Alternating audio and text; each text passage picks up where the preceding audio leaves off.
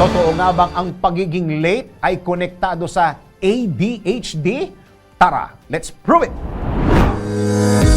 Bago maniwala sa mga claim-claim na yan, patunayan na yan sa Let's Prove It!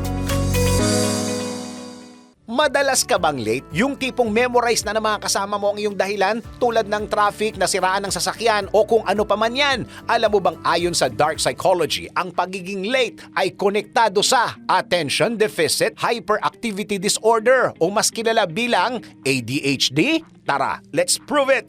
Ayon sa focusmag.uk na ang common sign na may ADHD ang isang tao ay mula sa kanilang time blindness dahil disorganized, inattentiveness at hirap silang magkaroon ng time management kaya madalas late sila. Bukod dito, pinaliwanag ni Dr. Fuchsia Siroy, professor ng Health and Social Psychology, na ang delays ay maaaring disrespectful sa iba dahilan upang madamage ang magandang samahan at masira ang iyong reputasyon. Samantala, ayon naman sa mga eksperto sa Harvard Medical School na ang chronic lateness ay nagpapakita ng isang positive outcome kung paano nahahandle ng isang tao ang stress at maaring makapag-predict ng longer lifespan sa mga taong nakakaranas nito.